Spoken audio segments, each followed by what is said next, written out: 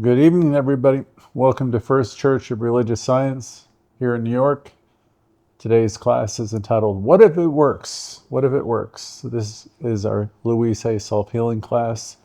And every single Thursday, we return to the basics, to what Louise taught from this very church, First Church in New York. Your thoughts shape your experiences. Your words carry power. And your healing begins with what you tell yourself. Begins with what you tell yourself and about your life and about what's possible. So again, this evening's gathering class is entitled, What If It Works? It's a gentle question, but it's also a big one. Because, let's be candid, many people come into our gatherings, our classes, carrying a lot, right? They carry a heavy story, things that they haven't resolved. Some people have suffered bad advice. Other people are skeptical. Some are afraid to hope. And they don't want to be disappointed again. And so even when they try something new, say an affirmation, learning affirmations, or they try a new class, they try a shift in attitude, there's often a skeptical voice inside them saying something like, well, yeah, I'll try it, but things don't usually work for me, so it might not work. I have several students I'm going to speak about tonight because they all came to mind for this lesson. There was a young man in our Science of Mind gatherings in Florida. His name was Randy. It's a long time ago. And at the time, I was a staff minister, I believe, and I was helping teach the class. I wasn't the actual teacher. Randy was young, handsome, and he got a lot of attention, especially in the gay community. But what stood out as I remember his story was he was beginning to understand that he could heal his life by changing the way he was thinking and by changing a lot of things. And Randy had some spiritual understanding. He was learning about nutrition. He was learning about the law of mind. He was loving Louise Hay and reading her work. And he was doing his affirmations. He was beginning to understand how emotions can, first of all, get stored in your body if you have anger, frustration. Louise would say, these things held within can cause dis-ease. And so he was learning how consciousness could shift that towards more healing. And he was choosing doctors, switching his doctors to doctors who were more aligned with holistic healing and making real progress over the time that we knew him. But the problem was we only had Randy with us for like an hour and a half, maybe 2 hours a week. And the rest of the time, he was surrounded by people who felt sorry for him. And as I remember, because I knew the group, they gave him a lot of support. They gave him money. They gave him a tremendous amount of sympathy and attention. And that sounds good on the surface. But the thing is, slowly, those were the voices that he started to listen to the most. And at the time, I remember thinking that it was sad because he had come so far. And I knew healing was possible. I knew that much even then. I was convinced. And those of us who had an understanding of the teaching, we know healing is possible. I can tell you, over the years, I've heard of countless number of healings. I used to go to the Asilomar and sit in front of the stage with people like Jane Claypool and others, and we would just hear one healing after another. So people can heal in ways that are quite incredible. We've seen it happen, those of us who have been around a while. But we have also seen people lose their way, and this is what I'm bringing up this evening with the title, What If It Works? And the truth is, it's not enough just to show up here once a week and hope for the best. I mean, it certainly won't hurt you. It would be good to show up once a week. There's a phrase from another program that I love, which the phrase goes like this: we're standing at a turning point. The fact is, we're always standing at a turning point. It's really true. So we start out in this teaching really strong. People come here, they get excited to learn about self-healing. We learn to affirm what's true, and we realize that we're one with this one energy, and we have so much power available. So we begin to tell ourselves the truth. We start to reclaim our power. But the thing is, in this process, we must learn to be diligent. Sometimes we don't really like to hear about self-responsibility. There's some of us that prefer to be rescued and coddled and all of that. And that isn't what happens in a self-healing group, really. I mean, we're very kind to one another. But in the end, it's ours to do. The healing is really about our conversation with ourselves. So sometimes some of the people who show up are not ready to hear that we are creating our own life. And then there is that old part of us that can whisper to us something like, this isn't working. This isn't working fast enough. And in the Science of Mind textbook, we talk about planting these seeds in mind, these perfect ideas with our affirmations. But then it's like they're in the ground. We go to dig them up 3 days later to see how they're doing. When we're doing our affirmations, we keep working with them, knowing that they were doing the work, knowing that we planted the perfect seed and trusting the process. So there's a part of us, until we really master this a little bit, that we hear these voices will say, this isn't working, it isn't working fast enough, or something's wrong with me, or even, who do you think you are to be able to heal? Are you crazy? Because there may be a deeper belief still within us. Some people, and I've known them, would have said to me, well, this is the universe's way or God's way of punishing me for my life, for the things I've done. And of course, that's not true, but I have heard it before, too many times to count. So we want to be very careful about the things we say to ourselves. We want to be very careful about what we think and what we say to ourselves. We want to pay attention to make sure that our thoughts are filled with the good stuff. We want to make sure our thoughts are filled with what I call positive expectancy. That's why I ask every Thursday at one point or another during the gathering, what has it been like being you this week? Because I'm really hoping people start to pay attention to their thoughts, their thinking, that inner dialogue, which is so very important. Because if you're not paying attention, we seem to go by default to listening to the wrong voice, which would be the programmed stuff that runs within us. And again, that's what this evening's lesson is really about. It's about catching ourselves when we're slipping, slipping in our thinking, slipping in our language, slipping in our expectations. We really want to be what we call guardians at the gate. We want to catch ourselves lovingly. The key there is the word lovingly. We want to lovingly confront ourselves when we go in that direction. When we are giving up on ourselves or giving in without even realizing that we're doing it. Louise was so wonderful. She taught us how to turn that entire conversation, that negativity, all of that. She taught us how to turn it all around. She gave us something much better to say to ourselves by saying things like, life loves me. I expect my good. I trust the process of life. Another, what she would say is, I am whole and I'm complete. I am supplied and supported. And see, when you say these things and begin to mean them and take them in, when you talk to yourself in that way, often, I say as often as you can, that's a whole new story you're saying. That's a whole new voice also, and it's so powerful. So when you begin to take on these new ideas, these new affirmations, you bring them in as deep as you're able to. The more you say them, the deeper you're going to bring them. When you begin to talk to yourself, and I used to have sticky notes, put them on mirrors, put them on refrigerators, bathroom mirror. There'd be usually 4 or 5 of them at any given point in time.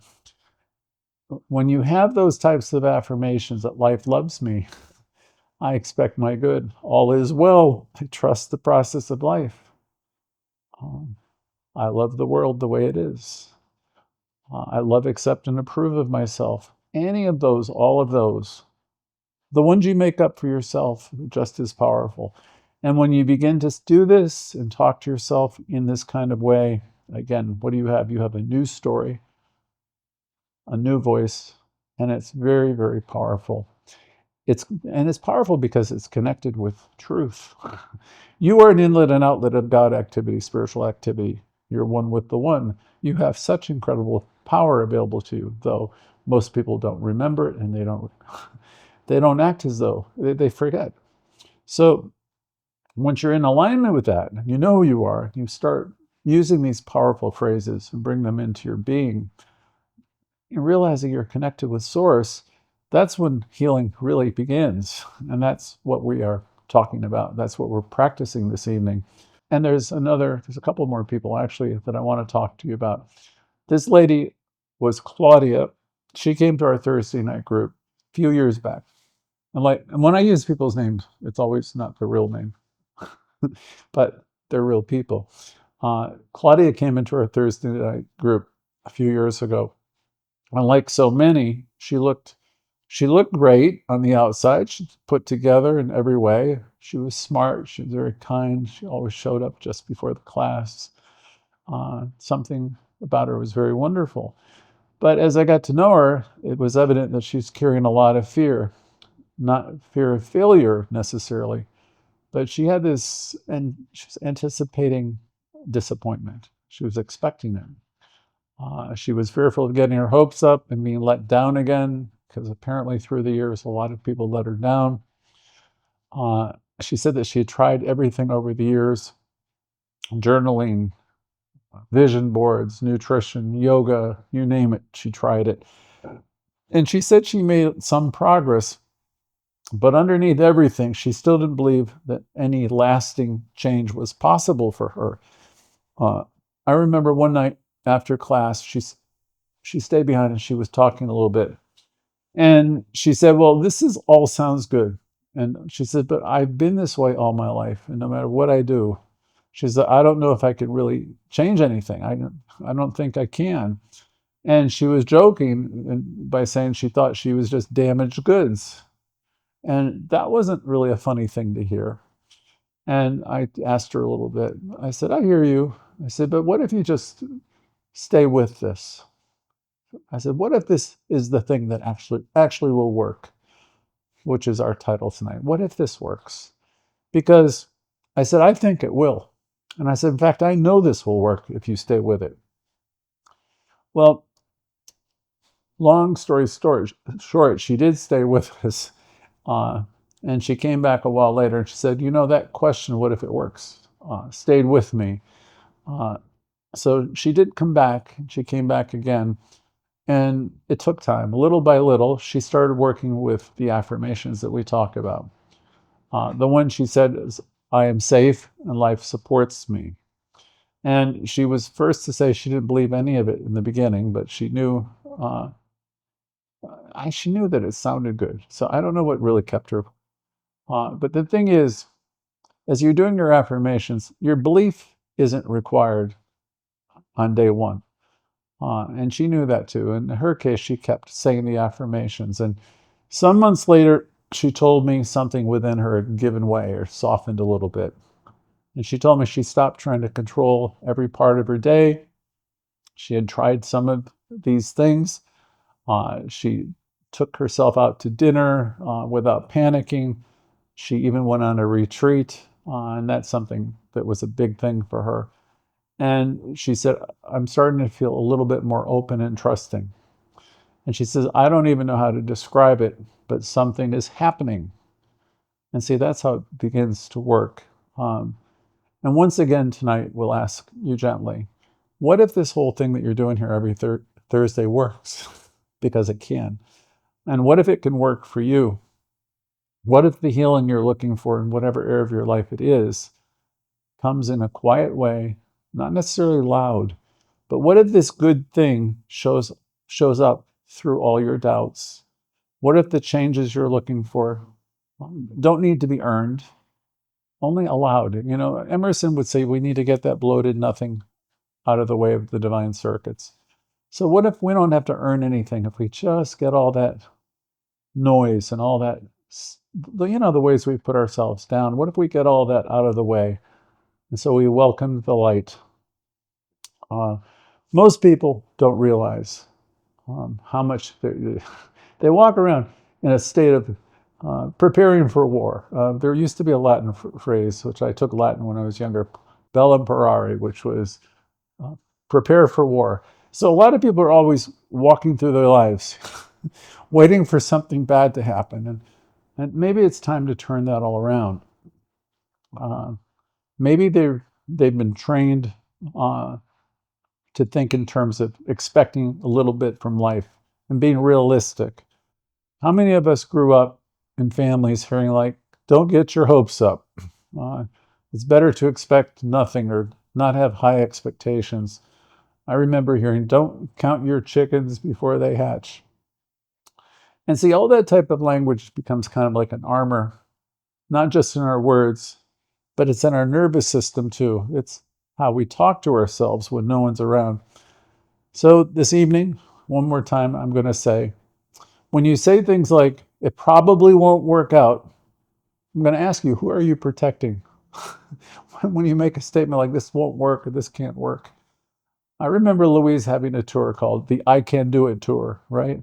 So she didn't, the whole idea of having that affirmation, I can do it, is to counter that idea that this can't work or this won't work. What part of yourselves believes it's safer to expect disappointment? Because we want to let go of that, right? That's where all the healing starts. Louise Hay didn't just flip the script on all of that. She invited each of us to rewrite our story entirely. She taught us things like, life loves me. I expect positive things. I expect my good. I trust the process of life. I'm whole and complete. When all these ideas are radical to a person who's believing that life is unfair and poor, mean, and awful. So to expect, she taught us to expect that good is the way, and to expect that it's happening not someday, but now. To believe that life can surprise you in beautiful ways. And that will happen when you have positive expectancy. You know that life is going to surprise you in positive ways when you have positive expectancy. So what a gift it is to know that there is a power within you that responds to you every single moment. And to begin, that will cause you to live differently. If you really understand that you have this power within you and it responds to you at every moment. You've heard me say this before, and I will say it again. Getting your hopes up is not the problem. Giving up is the problem. I'll say it again. It's Emerson telling us to hitch our wagon to the stars. Having high hopes is not the problem. Again, giving up on yourself. Giving up is the problem. I have a British friend, Joyce. You've heard me talk to her before. She was very funny and she was wonderful. I've had a lot of good teachers with these students.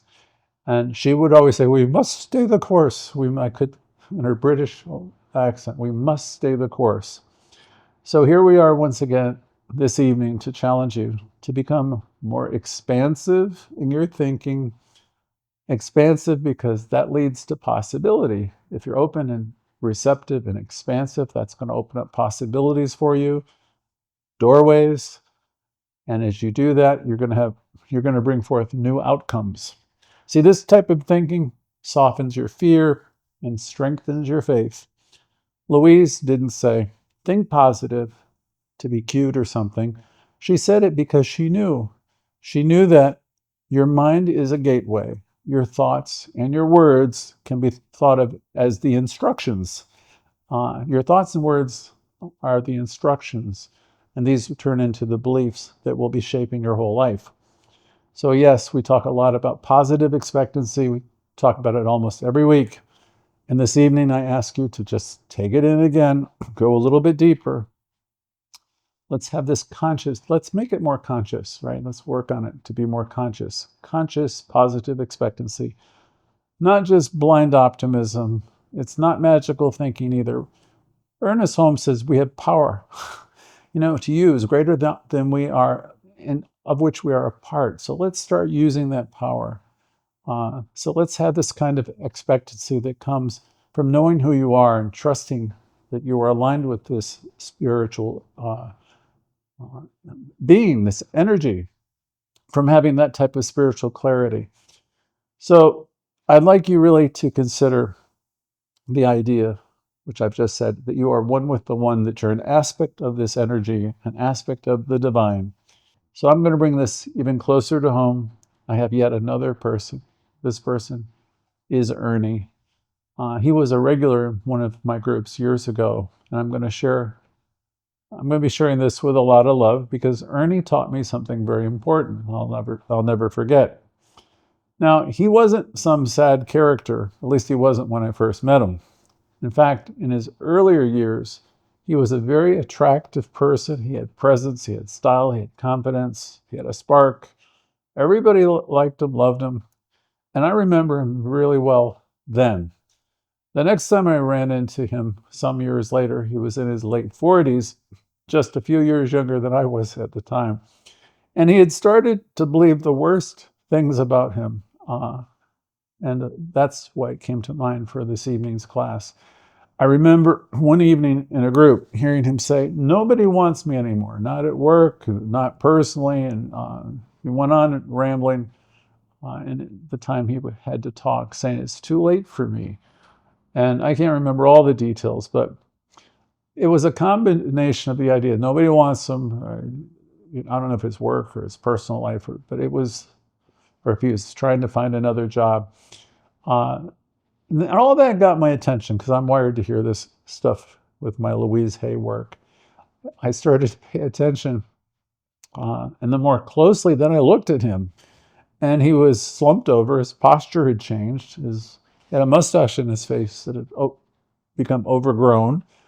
And he just let himself, he wasn't exercising a great deal of self-care at that point. And I was thinking, you're still that same person, but you've been rehearsing this story that seems to be draining the life right out of you.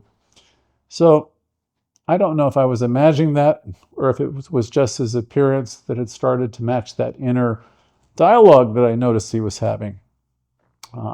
Ernie had internalized the idea that his time had passed, and his whole energy was starting to reflect that.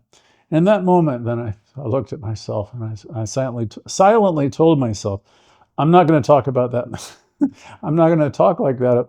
I'm never going to talk like that. Because I was thinking, oh my goodness. And I thought, I'm not going to let myself speak that way about myself or about aging or about my worth or about what I'm becoming. And I'll tell you why. Because I learned something from our founder, Raymond Charles Barker. Some of you know this story too, because I've done that lesson before. Raymond used to look in the mirror often, and he would say, "Now, Raymond," and that was his way of calling himself back in alignment. He'd say, "Now, Raymond, you're a wonderful, attractive, intelligent man." And he would say, "Pull yourself together. You know who you are." That was Raymond Charles Barker speaking to himself. Now, Raymond. And he wasn't just giving himself a pep talk. He was breaking the spell. Yes, a kind of a spell. The same kind of spell that Ernie had fallen into. Reverend Barker was stopping that negative thought before it would take root. He was speaking to himself as the person he really was, not the voice of doubt and not the voice of discouragement. And that's what I observed in contrast as I'm telling you the Ernie story, because watching Ernie taught me how easy it is to start believing in the wrong voice and how quietly the story of "it's too late" can take over. And, I missed my chance. That ship has sailed. Those ideas can creep in. And I know there's a lot of people listening right now who might be carrying that same quiet belief that it's too late, or that something's happened and they've been passed over in one way or another, or that the best part of their life is already behind them. And Louise Hay would say, "I'm in the right place at the right time, doing the right thing." So you can take that in for today. I'm at the right place at the right time and doing the right thing. Or even more simply, life loves me. Again, life loves me. Louise knew it wasn't about her age, her looks, or milestones. It was about the realization of presence. And that's what we want to realize tonight. We have this thing within us. It's the realization that we have this connection. And it's about how we speak to ourselves. And it's about what you're expecting right now. So, what are you expecting right now? Let me ask you, where, if anywhere, have you stopped expecting your good? Where, if anywhere, have you stopped expecting good, period? Where have you settled into a quiet belief that nothing's going to change? And are you willing, just willing to consider something more expansive today? Are you open? So we're not talking about having blind optimism. I already mentioned that. We're talking about having conscious, positive expectancy. Are you willing to choose to believe that Source is not done with you yet? Wherever you are right now, it's the perfect moment in time. Are you willing to believe that good is still unfolding? Are you willing to believe that the best of your life may not be behind you at all? So you can begin with this thought, this affirmation. I'm willing to expect my good. Yes, you can say to yourself, I am willing to expect my good. That's not wishful thinking. That's alignment. When you simply say, I expect the good, I know the good is here. I expect the good. I am supplied and supported. And when you say it, when you believe it, that's alignment. That's how healing starts. That's how it begins. So let's take a moment now just to turn inward for a moment, not to fix anything, because nothing's broken, and not to force anything, just a moment to reflect, to ask ourselves again, what am I expecting when I face the day today? What am I expecting? When you wake up in the morning, when I look at the clock, or when I just become conscious, what am I expecting? Or when I check the news, or when I glance in the mirror, what am I expecting? Am I expecting the same frustrations? Am I expecting the same complaints? Am I expecting the same arguments? Am I expecting the same exhaustion? Or do I have positive expectancy? Am I open to something new? These questions are not to bring you to any place of shame or blame. Let's be clear. This is about recognition. We gather here each week, several times a week actually, for the sole purpose of learning how to love ourselves more, loving ourselves and loving the world the way it is, learning to love ourselves and the world more and more.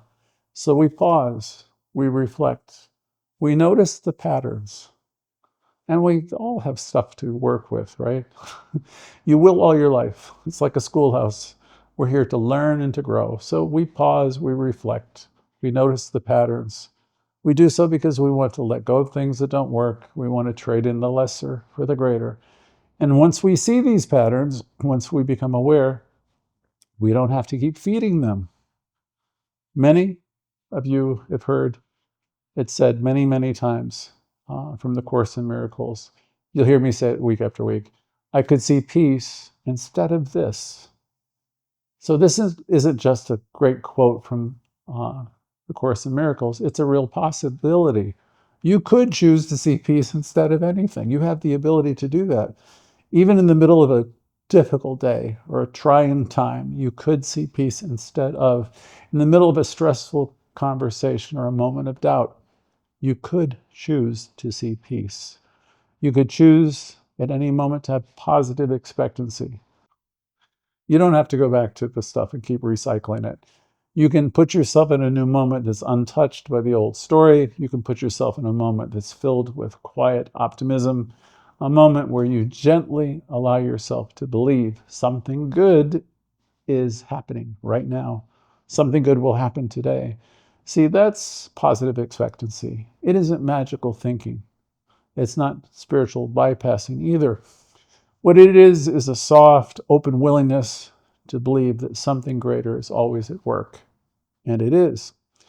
Now, even if you feel stuck, or if you're having a day or a week where there's confusion, chaos, or you're unsure, Right now, you are allowed and invited to begin again.